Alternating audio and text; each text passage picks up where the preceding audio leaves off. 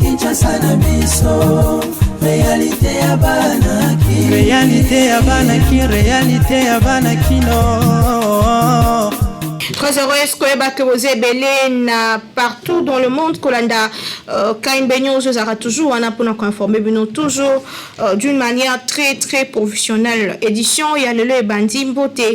Kinshasa mbote partout dans le monde. Tikato Fongola Yango, na Kati, il y a ma province, na l'Assemblée provinciale, Bisika campagne électorale, il y a ba gouverneur, pe ba vice-gouverneur et banda qui mokona lelo, audition et salema kipe, na libanda, il y a ba Assemblée provinciale. Ba sympathisants pe ba partisans ya ba parti politique bazala ki wana pona ko accompagner ba candidat bango ele kana ki ndenge ni ambiance nyoso tozongeli awa na bideli oyo Mputulu mataki makala etikalaki na ba ensemble provinciaux il y a 24 sur 26 provinces ya République démocratique du Congo bisika élection ya ba gouverneur pe ba vice-gouverneur ezali ko salema déjà campagne électorale ezalaki bongo lancé mokolo lelo mercredi 4 mai 2022 na ba province nyonso ba candidat ba yokamaki na kati ya ba assemblée provinciaux ezalaki bongo question ya kopesa idéologie to pe projet na yo po na chaque province toyebi que na ba province nyonso province ezali na ba candidat ebele ezali province ya Congo central bisika tokuti 22 candidats oyo wapi na kati na bango ne mwana nsemi oyo atalisaki lors ya campagne na ye comme on voté te boyebi suite tokoloba te en tout cas esalemi kitoko chaque candidat apeseli maloba likolo ya projet na ye kolinga province pe kosala molamu po na province kasi tobosana te ko na ngambo ya union sacrée bapesaki batike na bango kasi bao bazalaki contente bakendaki na bango à l'indépendant ndeti na ngambo ya Kasai oriental bisika wapi 8 candidats bazali aligné misusu o bazalaki na komba idopes kasi idopes alashaki bango bakei na ngambo ya indépendant balobi ke bazali kaka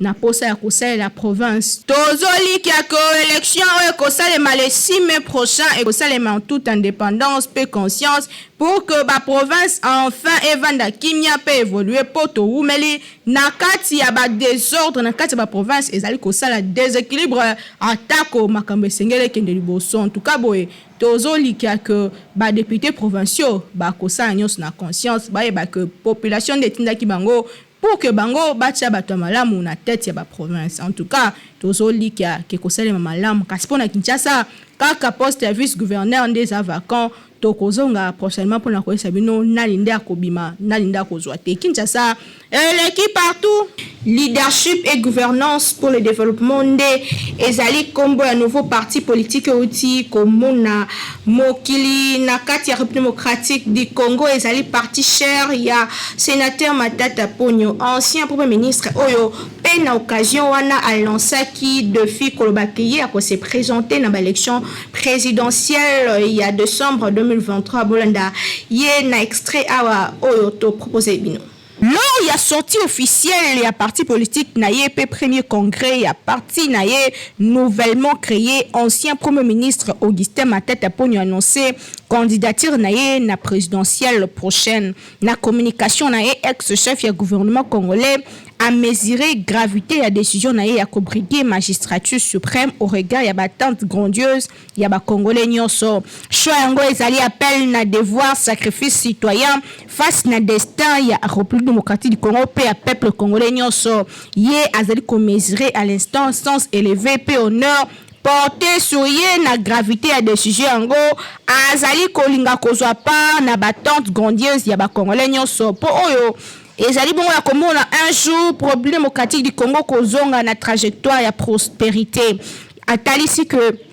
Anzimi na ye lourde responsabilité parce que azali na rêve moko makasi pour la République démocratique du Congo rêve ya Matata Ponyo ndenge ya revelaki biso ezali bongo ko porté successivement par Patrice Emery Lumumba Mobutu Sese Seko Laurent Désiré Kabila pe Joseph Kabila ya talisi que rêve na ye ezali ya Patrice Emery Lumumba ya komuna au centre ya continent africain puissance économique au service ya ba congolais ba africain nyonso ba azwa RDC pour un modèle. Rêve yango ezali possible car potentiel ressources naturelles pays humaines oyo nzambe apesa République démocratique du Congo ezali makasi mingi. Ezali malamu ko reve kasi ko permettre que Congolais nyonso attirer profit na ba ressources minières ya mboka na ye ezali lourd de charge oyo ye azali ko reve de kola Mobutu de voir au centre continent africain puissance militaire capable de sécuriser ensemble la République démocratique du Congo peut contribuer ensemble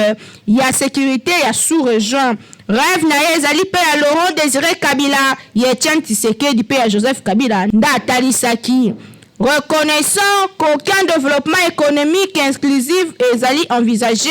de manière durable sans qu'il n'y ait pas sécurité dans l'ensemble de la République démocratique du Congo. Parti naye a joué ferme résolution ya ko investir en fonds pour la recherche et la solution liboso pour na ko résoudre définitivement question la sécurité na est de la République démocratique du Congo. Et ezalaki bongo liboso ya ba invité ndenge na ndenge ba pandisango pe bongo la bongo des anciens premier ministre pe sénateur Matata Ponyo a lancé qui officiellement nouveau parti politique oya créé a talisi que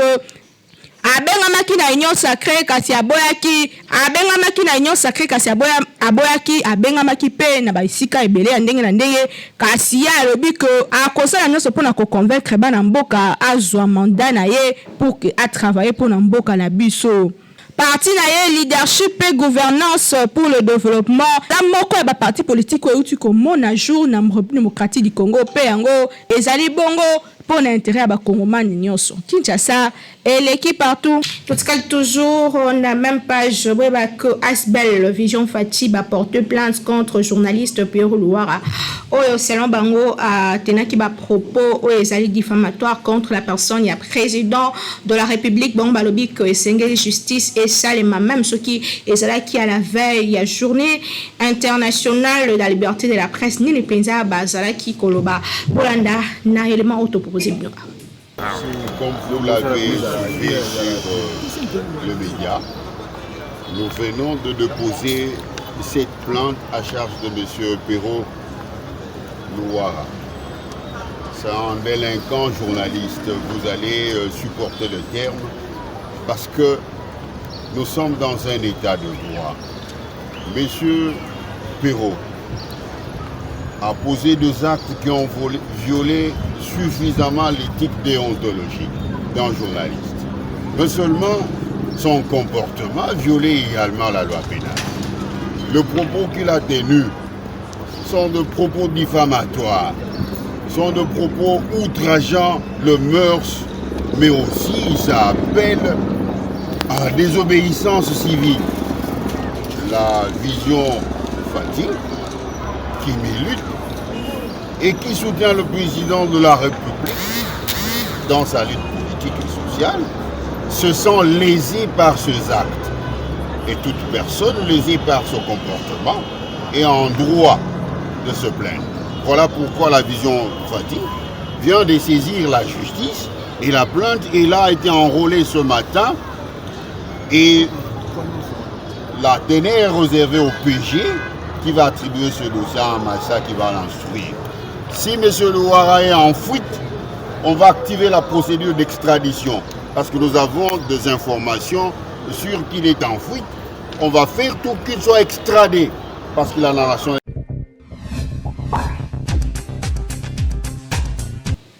Spaghetti roni pe macaroni roni ezote kama partout pour na bonne santé ya libota mobimba kota osomba yango na ba boutique nyonso pembeni ya quartier na yo parce que bosa na te talaka logo ya Beltesco ezanga te pour yango ndezopesa bonne santé na libota mobimba. Bayeli susu bango banani société Beltesco toujours ndenge amesana ko sunga population congolaise sikoyo ayeli bino eloko ya motuya tunanga nini ezali bongo spaghetti roni oyo bozali komona ndenge bazali ko présenter biso yango awa ezali produit moko kitoko makasi okoki kolia yango na biloko nyonso oyo olingi Thomson soso viande ya lolenge nyonso tope madesu oyo na Kinshasa tobengaka madeblo oza mobimba bana mikolo tout le monde a kozala d'accord na spaghetti oyo roni esengeli koyeba ke pâte alimentaire oyo esalemi na semoule de blé ezali na elengi pe guna ndenge ya kosakana te kasi babosani bino te baye nyonso oyo pe baza batu ya ba nostalgie balela ba macaroni Beltesco acheli bino pe lisusu macaroni roni yango pe lisusu ndenge moko gu ya ndenge ya kosakana te elamba makaka ndenge moko mwama ya muke ya moto etoki oche yango na kati quelques minutes après ebeli bana ya classe ba papa na tongo va kende musala yo pe mama soko ngo kende marché okoki ko beta yango repas moko ya 5 minutes et sangisi libota mobimba pe bozali calé na journée bokoya ko liaka na pokwa vérifier toujours logo ya Beltesco tango ozali kosomba po ba mwifi na Kinshasa bazali ebele po yango de ezali ba produit ya qualité supérieure oyo Beltesco a chelibino na marché to offrir bino produit kitoko o babengi spaghetti roni ezali pâte alimentaire à la semoule de blé. Pâte alimentaire à la semoule de blé oyo ezali kaka spaghetti roni oyo esengeli ko lesama na mabota na biso ba maman responsable papa responsable ba étudiant ba coopérant spaghetti ezali kaka moko ezali spaghetti roni oyo ezali na qualité supérieure oyo spaghetti oyo baleka ngo partout to zali na produit mususu babengi ya kitoko makasi babengi macaroni ya Beltesco en tout cas ngala benga ngo kima kinkaka ezala l'habitude ya consommation na bino mikolonio so ya kolia macaroni roni na spaghetti roni po ezali biloko oyo ezali kotonga nzoto ezali kopesa biso nzoto makasi po toyeba ko vivre longtemps na mokili ezali cadeau signé Beltesco mwana mama yebela pona kolia biloko ya qualité il faut toujours Beltesco po yende akanga Kinshasa République démocratique du Congo mobimba uta batango ebele autre bakité tolobi Kinshasa et l'équipe partout. SOS Ndeko Modestine Luulu a lancé message na ye ya pasi makasi aumen na maladie oyo azali koyeba kombo te ba médecin baluki solution ezate bazali pe na ba moyen te asengi na batu nyonso ya bonne volonté bazula ye solution pour que lobby ye pe azonga lokola mwasi nyonso surtout que azali à fleur d'âge donc très jeune bozwa image pe commentaire oyo tosali bino na nzela ya bilili aumeli tango molai na maladie oyo ayebi te Ndeko Modestine Luulu oyo bozali komona elongi evimba ye boye depuis plus de 3 ans atamboli na minganga mingi kaka faute de moyens atikala kozwa solution te. Mama, mbona yo nani mama yangu? Modestine, mama Modestine. Boni nzoto. Nzoto eza malamu te nzoto ezobela. Nzoto ezobela. Ok mama na ngai bokono oya malade bandaki nano ndenge nini okoki obeta isoloji kwa ke bakonzi ya mboka na biso ya République démocratique du Congo baolanda yo. Malade oyo bandaki nde chibuto edimi après semaine evivi makasi. Natangli l'hôpital ya minene bazozwanga te po lisungi eza te. Yango nazobenga na papa président Fayulu Tshisekedi. Félix Tshisekedi nazolelepa na bino. Bosunga ngai ngamwana na bino. Nazobenga mama Denise bosunga ngai talanga mwana na yo a Fondation Initiative Please Fondation Denise Nyakeru bosunga mama azolela. Mama olobi nini lisusu lelela bakonzi tanga bakonzi bazali ba Moïse Katumbi bazali. À fleur d'âge, Ndeko Modestine Luulu a lancé SOS na ba personne de bonne volonté pour alingi à retrouver santé pe vie na ye normal. Ba personne de bonne volonté batu ya mitema malamu ba papa pe ba mama social tozo senga bino pardon bosunga Ndeko Modestine a retrouver santé na ye po uta maladie o ebanda kaka na buto ya pamba kasi elongi ebanda kovimba tina niveau yo azali konyoka makasi moyen asala eloko ya malunga ezate azali kosenga kaka lisungi na ba personne de bonne volonté oyo papa social to mama social esika ya malamu ya kolona yango yo Ndeko mobile pe mwasi SOS ezali lancé na ngambo na bino boye epesi pasi pe mama makasi. Junior Bouibou, leader ya bakinone babengaka ye a réconcilier deux écuries ya bakuluna o babundaka na limete esalemaki na présence ya population oyo abetaki maboko koluka ke kimia ezonga na kati ya quartier na bango bolanda reportage oyo eza proposé awa na Jacques Pongo. Junior Bouibou a réconcilié deux écuries ya bakuluna na commune ya Limeteye alobi ke aboyi kuluna na commune na ye pe apesaki ba conseil azali bongo kosunga ba jeune bilenge o bazalaka na bagangu wana baluka ndenge nini bazonga na kati ya société noki te leta akanga bango pe bakende kolona masango omoni ndenge kozala pasi bolanda reportage oyo esalemaki bongo na Jacques Pongo.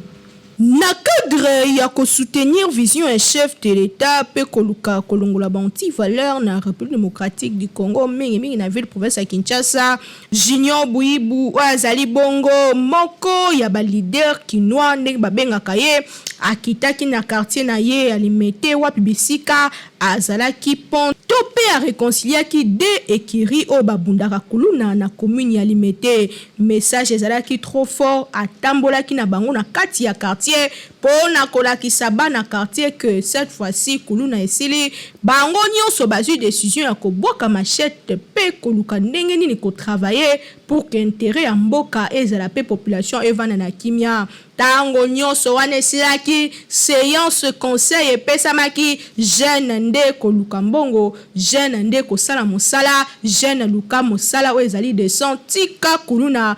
po l'État congolais assez atelemi likambo oyo na place okende kanya makase se tala air yango oyo ya kobwaka machette pe koluka mosala osala message ali na sepeli ndenge botiki kuluna bolakisi keno boliba na tata moko mama boyo tata boyo parce que kuluna eli mabe l'État pekisi kuluna etant ke nga nali leader na bino boye kotala ngai lelo na ndaku boye koyebisa ngai ke leader totiki kuluna na sepeli mais ezala te ke no botiki bobomi mpona 5 mois ou bien 3 mois oyo eli koboma moto libela parce que nayebi bino moko moko boyebi ke tata mokonzi la commandant de la ville bazongisi nzela ya bilanga boyebi na mboka bapekisi kuluna soki bakangi yo nzela ya bilanga etanke bino bali bana na Junior Bouibou azana ye politicien te mais ye a soutenaka ba action pe vision ya chef de l'État alitaka contre banti valeur na République démocratique du Congo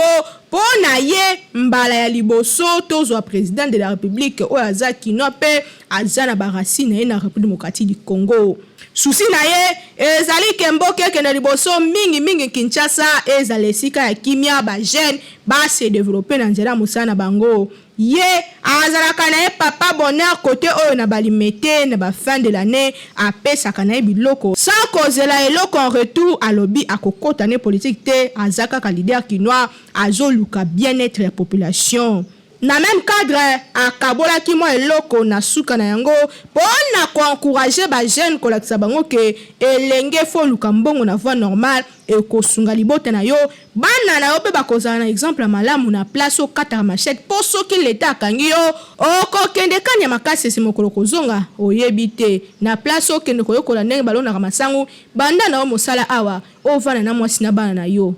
wana nde conseil soki oyoki te etali yo Kinshasa eleki partout misala avenir malandi na commune ya Matete katama kaka boye ya 6 mois population zomi tuna nini ezali kosalema l'État zolobelo côté alors que misala yango ezalaka lancé na gouvernement provincial ya mboka na biso awa ya Kinshasa bayaka balansaka misala kasi 6 mois yango misala ekobaka lisusu te kutu bisika yango ekomi fulu bolanda reportage ya Jacques Pongo. dur pour la population ya quartier Mboudi Ipuku na commune ya Matete wapi depuis 6 mois ba travaux ya route Malambi na même avenue et Katana sans cause ni raison valable tronçon ya route principale o outi banunu tito comme rond-point Kinsaku ezali na état de délabrement très avancé. Awa tokuti ba école, tokuti ba hôpital, tokuti ba église, tokuti ba commerce nyonso bazali koteka kaka bisika oyo metala eta nzela ndenge ezali bongo population penko abakiseli yango akomi kobwaka fulu na kati ba niveau oyo bukana mai etondi salite oyo ezali awa nyonso selon ba témoignages recueillis sur place misala ebandaka uta année passée kasi kaka pamba boye misala ekatana ba ingénieur bayaka lisusu te population balobi baza victime fandi awa na kati ya ville province ya Kinshasa mabe ezanga kate esika nyonso bato bazali mais oyo tozali ko vivre na kati ya commune na biso ya Matete oyo tozali ko vivre na kati ya quartier na biso fandi na Malandi awa ezali vraiment déplorable madame la journaliste yangwana tobengi bino na kati ya commune na biso pour que boye bakoya ko mona oyo tozali ko vivre bino en tant que organe ya 4e pouvoir de la République boya ko constater ngo sur le lieu pour que ezalate que to lobby sa image mais ba preuve yango bino bozali ko mona tozalaki awa depuis ebandeli ya année eye to mona ki bande kona biso ya ba agence ya ba travaux mais hormis OVD Foner ndenge to yebi na ministère ya ITPR to moni bangote to mona ki ba agence oyo esalaki partenariat na gouvernement provincial na biso to na hôtel de ville baeba ki koya kozwa engagement ya koyeba koya ko réhabiliter biso banzela oyo ekomaki déjà na kende kobeba tango engagement ezwami to mona ki bayaki basali ko banda banunu babuki pour que baya ko bongisa mais 6 mois déjà passé rien n'est fait toye awa tozasi koyo na Malandi transport oyo yango elongoli biso banunu po ekomisa biso tina arrêt ya Kinsaku eza côté oyo eza plus fréquentable par ba jeunes commerçants pe ba femmes commerçantes c'est-à-dire ba activité commerciale eza esika oyo ebele ba maison commerciale ezali lolenge kani bozali ko constater yango mais eloko ezali ko freiner pe ezali ko empêcher bato oyo sali ke biso ba acteurs politiques vu que nous sommes des habitants et les ressortissants de cette commune ou de cette quartier ou entité to kiti na terrain na bino elongo en tant que organe ya 4e pouvoir bo constater biloko oyo ezali ko constater tozali ko déplorer jours et nuits pour que en qualité de 4e pouvoir que vous êtes, beaucoup de biso message paix et pas à l'autorité compétente. Misale katama il y a 6 mois. 6 mois passés. Oh misale katama babanda ko sala basali une partie et silité to nini pese sala maki pour musale katama. Mbala liboso to monaki agence moko kombo kuto ebanité bayaki babandi ba travaux babuki makadam parti o beba ki poso ke bebi moi esika ya 10 mètres babuka 10 mètres te faut ba rallonger ata ba 20 mètres to 15 mètres bayaki babuki ke no boyo banda ba travaux caniveau et buka na ba terrasse tozaki susu na yango te baye babandi construction première agence sala ki contrat na gouvernement provincial to hôtel de ville na biso babandi to monaki misale bandaki mbula moko kaka beta oyo après une semaine o babandaki ba travaux ba terrasse nyonso o batongaki ba brique nyonso bataki kenda na mbula eloko moko te tikalaka et puis banda bongo te ko constater après 3 mois agence Anezel Société baye hôtel de ville na biso to gouvernement provincial eko signer contrat na bandeko ya agence mususu bandeko ya agence wana pe baye babandi musala to moni baye bazelo lolenge kan bozali komona matingomba lolenge kan bozali komona ba terrasse oui to mona ki tracteur te to mona ki engin moko te à part ben baye ki kaka na mutuka moko parce que tant yo bi ba tracteur ba engin c'est-à-dire yaki mi balete 3 mais to mona ki tracteur kaka moko o eyaki et matisi bazelu eye emeki ko bimisa bazelu na terrasse lolenge bomoni batikel biso na makadam makadam ekomi nango parking po mbate bakolo mapango oyo ezali pene moye bakoma système mituko na kati mapango ezali te nzele ezali barricade pas full oyo batikel biso babimisi na kati ya terrasse na lekanisike bakoya ko sala me baye ko sala te. Occasion epesamaki na bahabitant ya quartier Malambi ba lancer SOS na ba autorité compétente. 6 mois si je ne me trompe pas, si j'ai une bonne mémoire, une bonne souvenance, ça doit être entre 6 à 5 mois comme ça. En tout cas, qu'il y a presque une et qui Mais mon amboka, tout le bapé bo solo, et ça les cambanzela, mais biso to kuti full na solo. Est-ce que l'État n'a qui coach full na solo, toute population peut ça quand même responsable de la modèle bapé bisinzela bo. Merci beaucoup madame la journaliste. Yo moko oyebi mo bana biso ndenge ezalaka. Ceux qui ont au bandit un pas, il y a qui vont sur deuxième pas. Ceux qui ont une propriété, ils vont sur propriété. Mais comme l'État est mort à banni à Bouki, puis à Tiki. Allez, comme il faut. Automatiquement, il faut que ma foule n'a pas de mauvaise intention. On va rater, on va bolam ou yamboka. Automatiquement, il faut ça raboter. Mais malade, des autres, tout le monde école, tout le monde hôpital, tout le monde église, tout le monde activité. Exactement, malade des autres, puisque l'État y est moko à limiter pour sécuriser le pays. En dehors, il y a malade des autres. Dans Boutou, ceux qui mourent les bêtis, par marcher tout le temps, pour la tronçon, tu ne peux pas avoir d'idée. Comment regrettable. On a une négligence notoire. Comment misala neti musala boye? O ezali musala moko, eza vraiment na éviter ce misala bazora ezara na ba dire tout bien ba timing attente. Puisque banda babuka nzela oyo jusqu'au jour d'aujourd'hui bazo si ça raté. Or eza musala moko, eza pas même 1 km, pas même 300 mètres, mais musala bazo si tala siko le loi. Ils ont endommagé bateau, bateau vendre bateau environnant, puisque ba mai, ils ont compté même tir banda pour bateau, puisque ba terrasse bateau, liboso basala qui ont ebukani, puisque travail mal fait. Qualité za malamu et donc ils ont beaucoup na yango moko. Otala bino moko. Biba konziamboka batala likambo ya nzela oyo. Babuki nzela oyo basondole on kaka boye. Salité eleki tozoko kalisusu te basunga biso baye kobongisela biso place oyo tokosinga kaka na bakonzi ya mboka bayoka mongongo ya population kasi population yo moko pe milinga batikeli yo nzela inacheve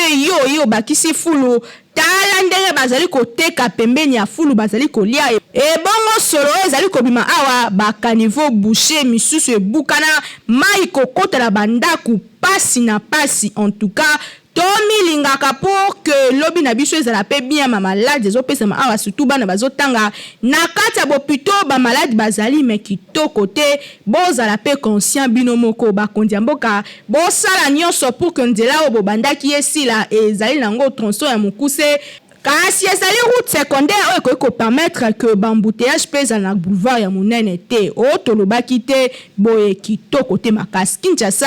eleki partout. Et ça qui édition le 4 mai 2022 on a ça qui n'a pas représenté les biens. Merci Nabino Bonana qui sont partout dans le monde. Merci pour la confiance et fidélité. Puis merci Mingi l'équipe technique et rédactionnelle ça qui m'a ça qui to qu'on a si ma caméra tout ça qui n'a Hervé Zaka régie et si ma qui n'a Timothée quand même toujours la coordination en grande communication Jimou qui ngana bino to kutan très prochainement na ceci mon quoi servir bino toujours d'une manière très très professionnelle. Botka ala mon pe kimia et au mena mabote na bino. Bye.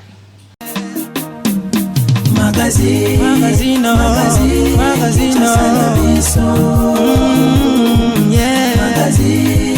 Magazine Kinshasa na biso réalité ya banaki réalité ya banaki no